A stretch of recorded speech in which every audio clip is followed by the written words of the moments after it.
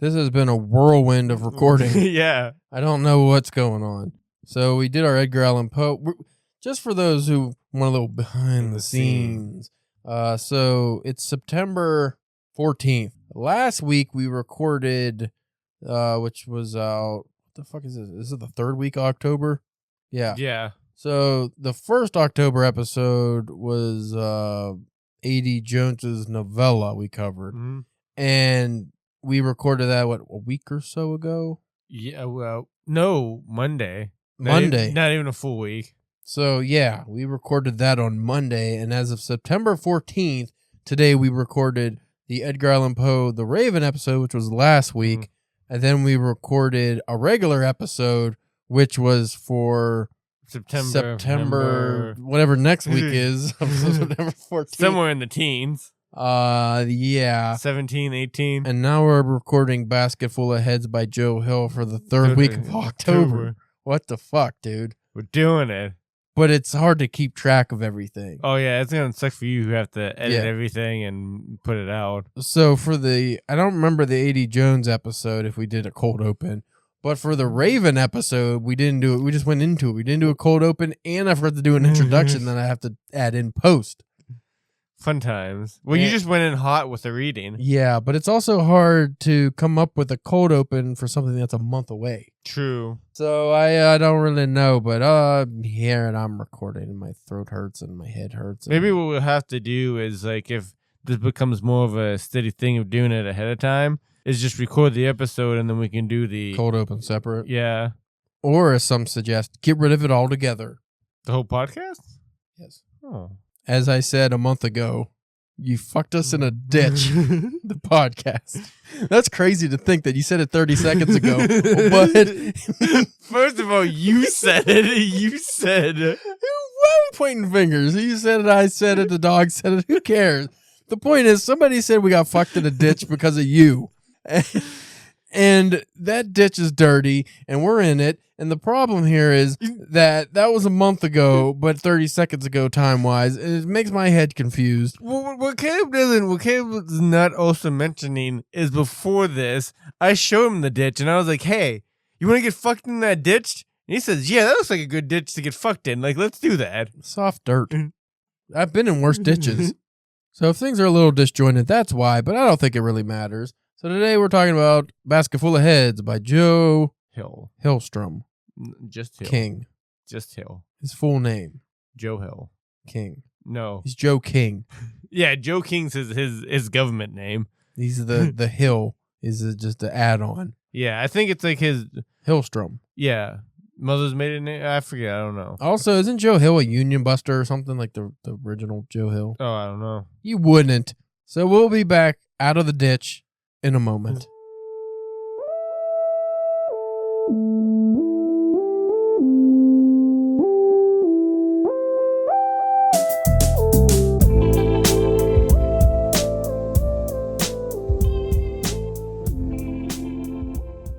You are listening to the Drunken Pen Writing Podcast. I'm your host, Caleb James. Today with me, as always, Spencer, the masturbating menace of Maine Church. Oh. You said we had to do Maine. Yeah. Should have known Maine better. Masturbating menace. Is that better? None of it's good. What makes you a menace? Are you going around, like, in public? I think maybe I just keep the windows open. Were you the one that sent me the reel of the guy who was telling the joke about being on a bus? And when he got on the bus, there was a homeless guy jacking it. But then when he got on the bus, the guy stopped. And he was like, oh. Because he was like, he saw him and he stopped. And he was like, oh, he didn't even come. Like, no, I don't that think ugly. So. I saw one with a woman. She was talking about getting on a train. And she saw like a woman masturbating on the train. She's like, equality. We're almost there. Like, almost there. But you can't shoot stuff as a... Some do. Well, yeah. But I always think it's pee. It's pee, right? You gotta pee. Or they like... get a turkey baster before the camera starts and filling her up. Yeah, you gotta be. At least my ego has to say it is. Today we're talking about Joe Hill's Basketful of Heads. We read this a long time ago. Yeah.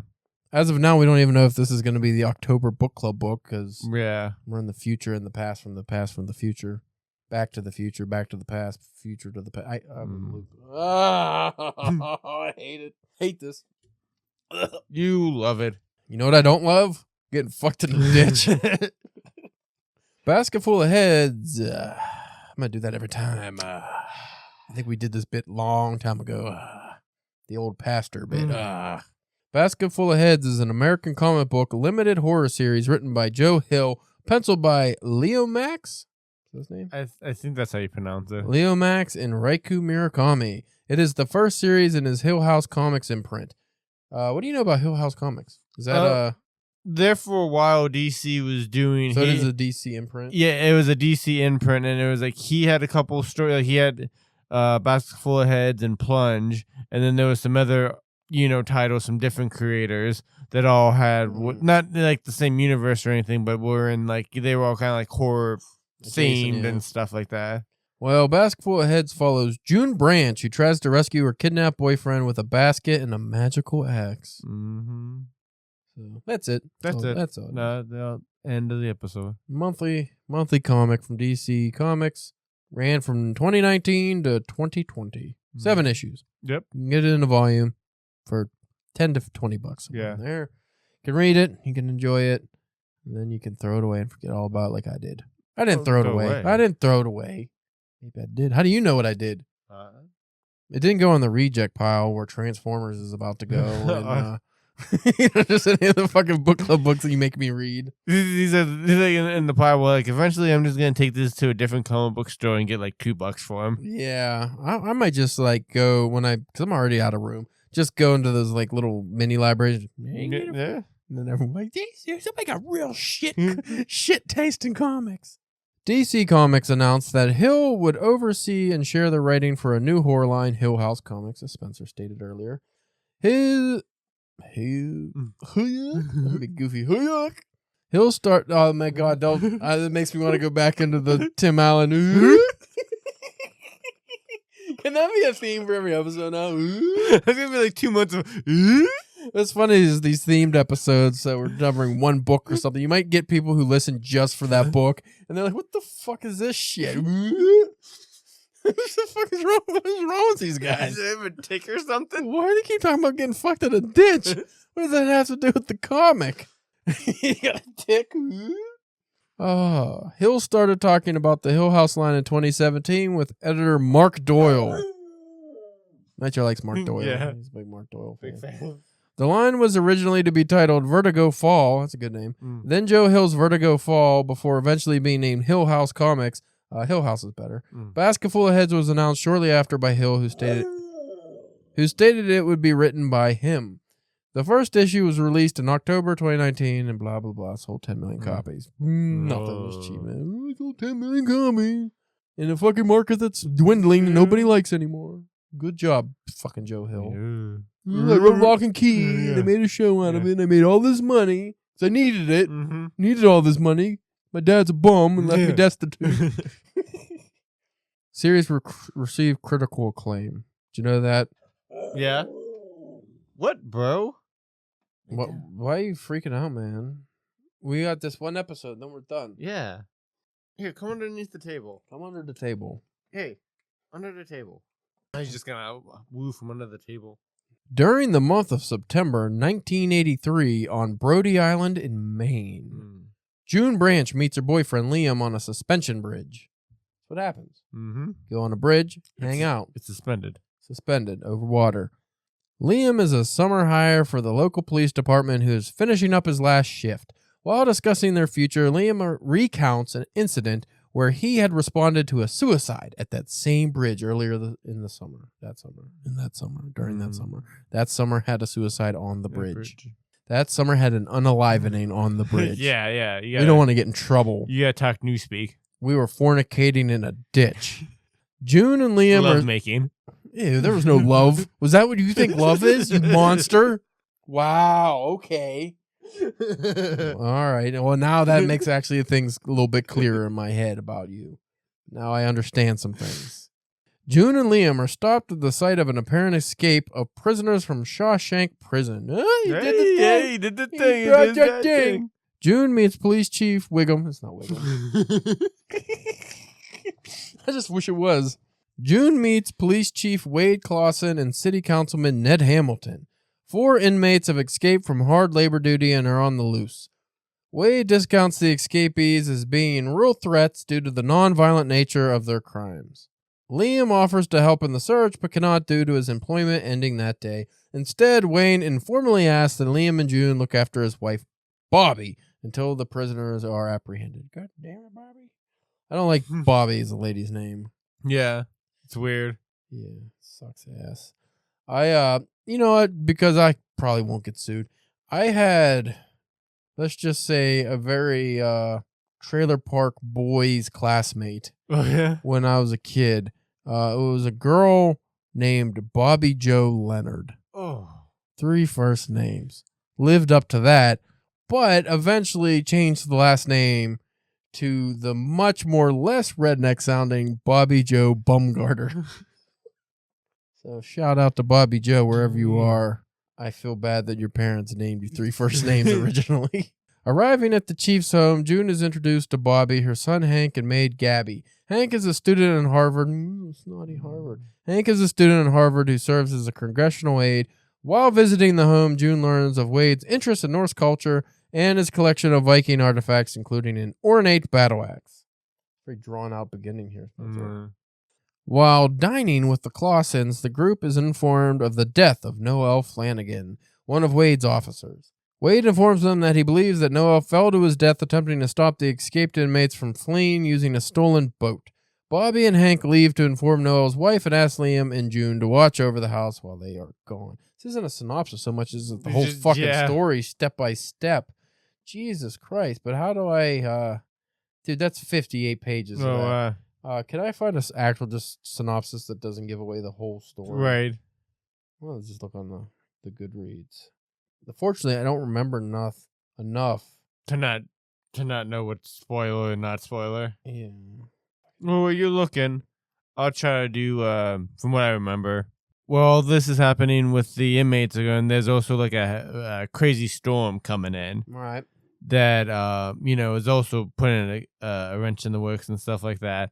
So where they're looking over the cop's family. Some of the inmates do end up showing up, and they try to hide and stuff. But to protect herself, she grabs the axe, the Viking axe on the wall, and then like wildly, cut swings, cuts one of the inmates' heads off, lops it off. But somehow, because of this axe, it has this ability that any person who gets their head lopped off by it, they're still able to talk, and they're alive-ish, I guess, but like they're able to speak and stuff like that, and which actually makes no sense because they don't have an esophagus anymore. They don't have any way to draw breath into the vocalization right cord. But regardless, it's a story. Yeah. Magic. So like that. So that's a big surprise, and then so the head is telling her things, about a boyfriend that she can really cause a wrench in the situation and stuff like that. And along the way, she meets some other people. Their head gets lopped off, and she keeps them in a basket with a blanket or something over them. So if anybody comes up, they don't necessarily see them and stuff like that. And it's a very just a bunch of I have chopped off another head. Yeah. Keep piling them up. But very suspenseful. And what I really liked about it is because the way Joe Hill writes the story is you can't tell if it's actually because of the whatever magical ability, because like they give you like a backstory of the axe, right? They explain some stuff. Yeah, so you can't ever tell if it's that or if she's just like gone crazy now after this experience and she's imagining these heads talking and stuff like that. He does a very good job of playing with that. I don't know if that would be a trope or just like a technique, Yeah, that metaphorical dingle. Yeah.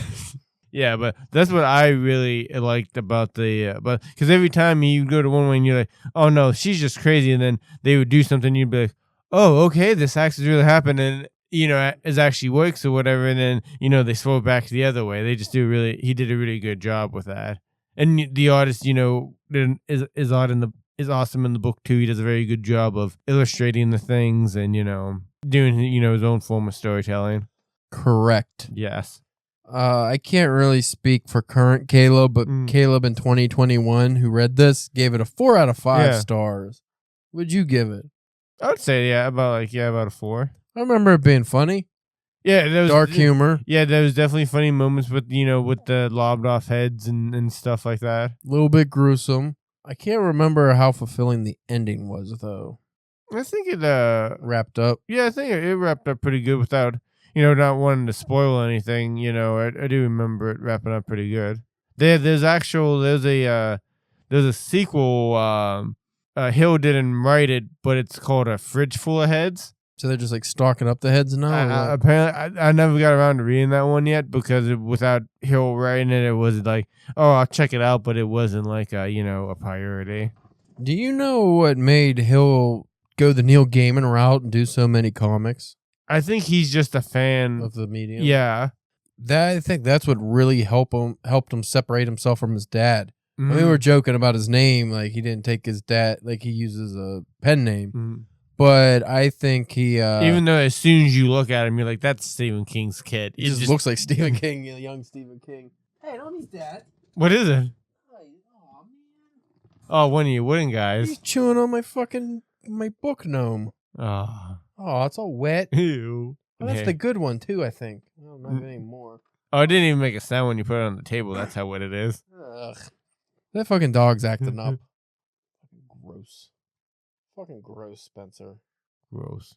But he's saying Stephen King, I think he's only really done like 1 or 2 maybe comic books like that he actually wrote that one like adapted from his, from his stuff but he actually worked.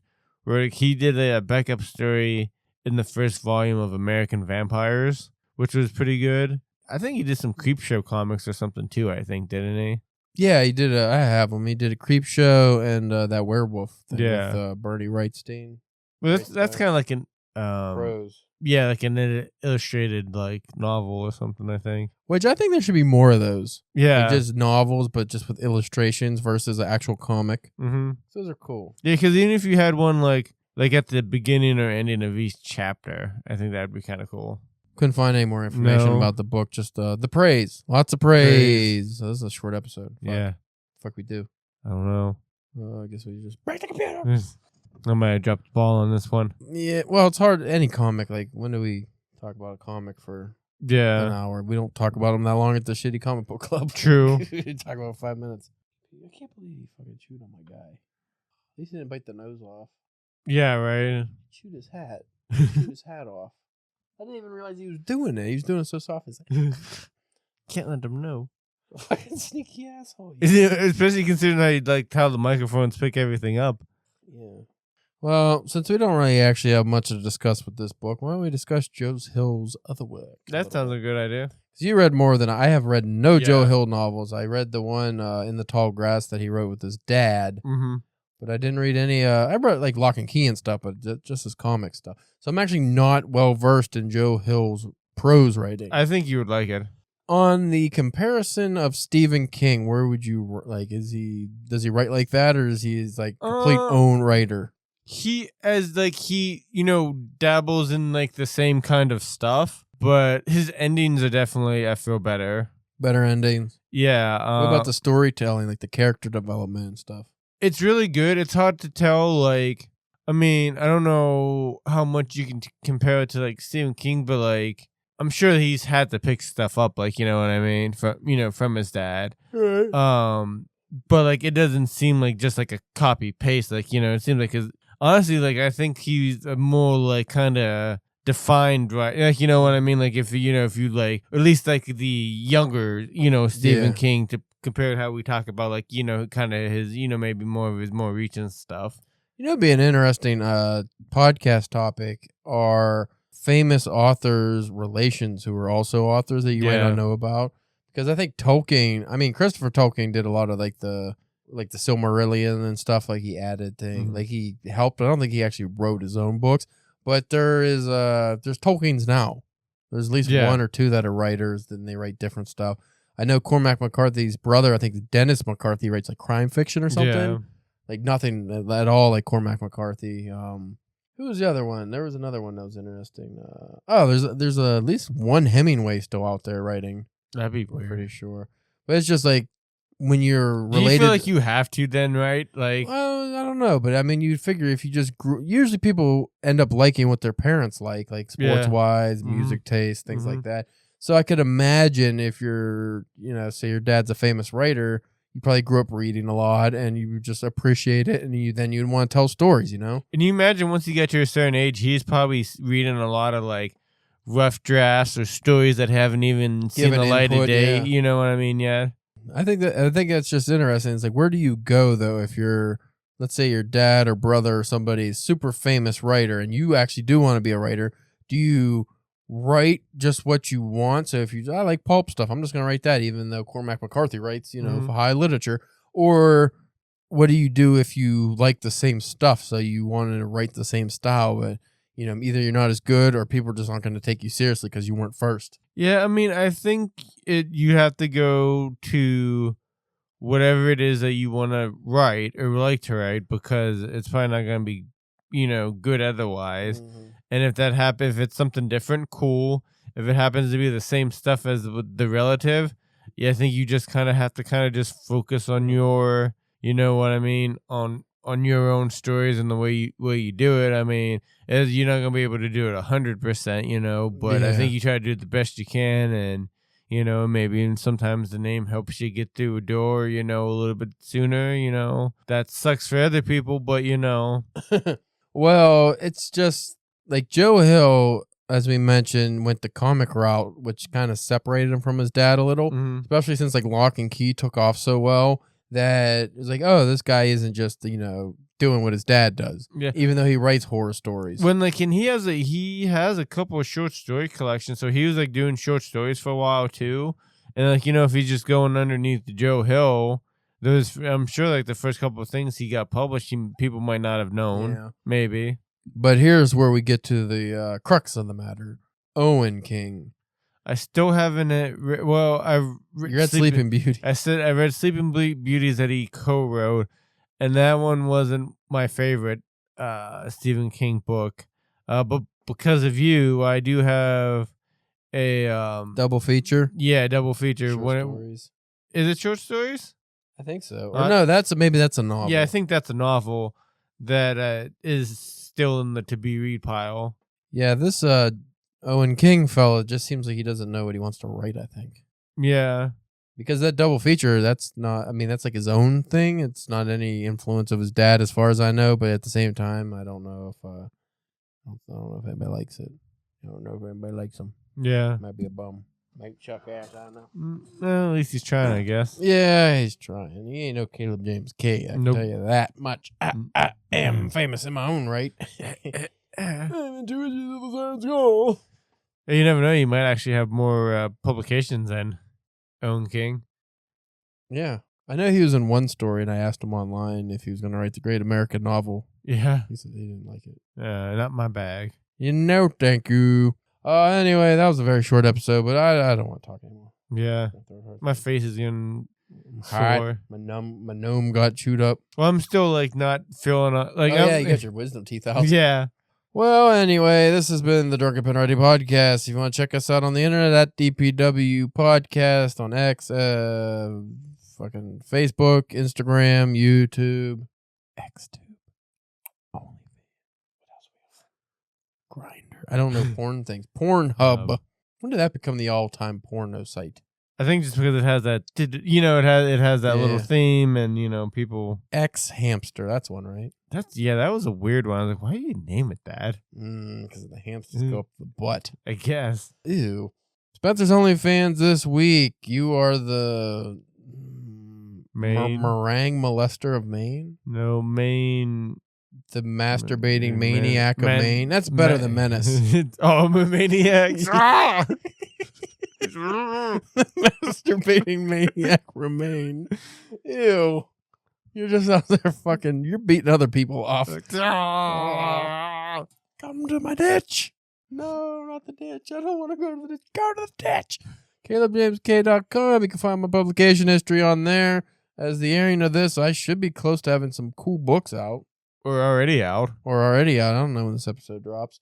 But anyway, we'll check you out next week with not the Halloween Spectacular, not Virginia Woolf, Shirley Jackson's. Yes. We Always Lived in the Castle. Yep. It's a hard title for me. It's a long one. It's worded a little strangely. Yeah. But I'm looking forward to that episode. And we'll dedicate an actual day to that so we can really discuss it. Well, and there's a lot to go into that one too. Yeah. So that'll be next week. And then we'll have a Halloween blowout spectacular. Mm-hmm. We're going to drink. We're gonna read some of our work that got published if it's out by then. I don't like that. Well, it doesn't matter if it's out because we wrote it, which means we possess it. No, but I don't like reading it. What do you mean you don't like reading? You don't want to read Crow Eyes for the fans? No, I don't want to read anything out loud. But you want to read the other? I'm like Ethan Hawking and Ethan Hawking. Ethan Hawking. Yeah. Ethan Hawking. Yeah. That ain't right. In Dead Post Society. Ethan Hawking. I just picture Ethan Hawke in a wheelchair with a robot voice. Trying to get on the desk. Oh, Captain, my Captain. No, you're. I guess you could be Ethan Hawke, but he did read. Ultimately. Well. Good. Well, he had Robert Williams to help him. Hey, if you want to be a writer that gets all popular and signs books, you got to do book readings. Yeah, nobody's gonna want to. No, they're not, but you got to do them. Just get your wisdom teeth out again. Yeah. Put them back in. Take them out. Anyway, we will check you out next week, and depending on the episode release date, happy Halloween. I think we do have one more drop before then. So. Yeah. Save your happy Halloween. Celebrate. And shove them. Whoa. Shove them where? Until next week. Okay.